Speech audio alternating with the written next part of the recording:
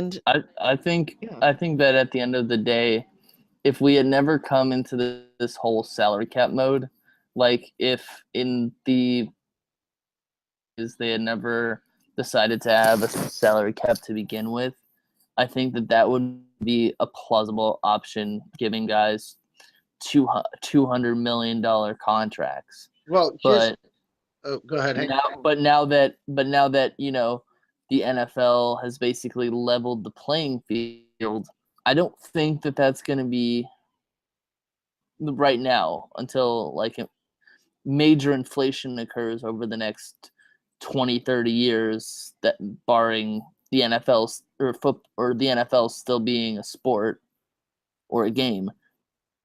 I just don't think I think that's unrealistic. I really do. Well, yeah, and here's the thing is that it's never going to happen like that.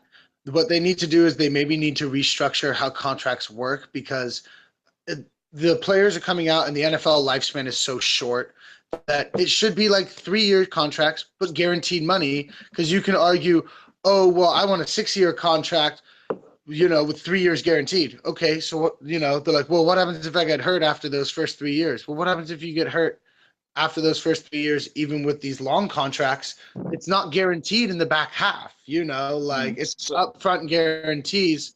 Or like Colin Kaepernick had incentive base, but I think that they should do shorter because when they come out, here's the thing that happens to players is that you get stuck in that 4-year rookie contract, with a 5th-year option. Khalil Mack's they're gonna pick up his 5th-year option. He's not gonna get his first big payday until 5-6 years down the line. He's gonna be coming up to his late 20s, and then all of a sudden you're not making a big payday until then.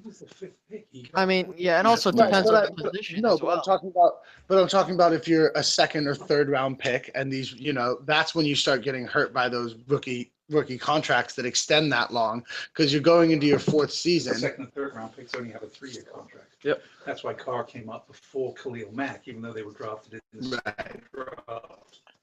I think that you need to start guaranteeing some of those small contracts. I'll be honest. Yeah, I think that they should separate the ideas of guarantee. Like, think about it. Like, they get money from endorsements and stuff. But like, if you want 200 million, then I don't know.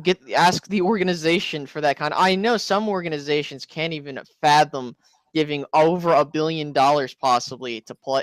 Guaranteed to players, and there are those greedy owners and whatever. But that's besides the point. I mean, like the problem is that we have already entrenched the meaning and definitions of how contracts work in the NFL. It's hard to change that, considering the state of how the NFL is. That's just how it works. It's like when Albert Pujols got a $250 million deal.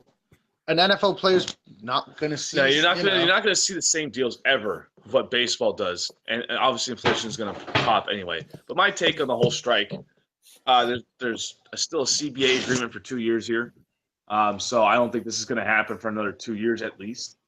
And if and when it does, no NFL player who has put all of their money and all of their time to becoming an NFL player is going to go strike when he could go make money playing the game that he used to play.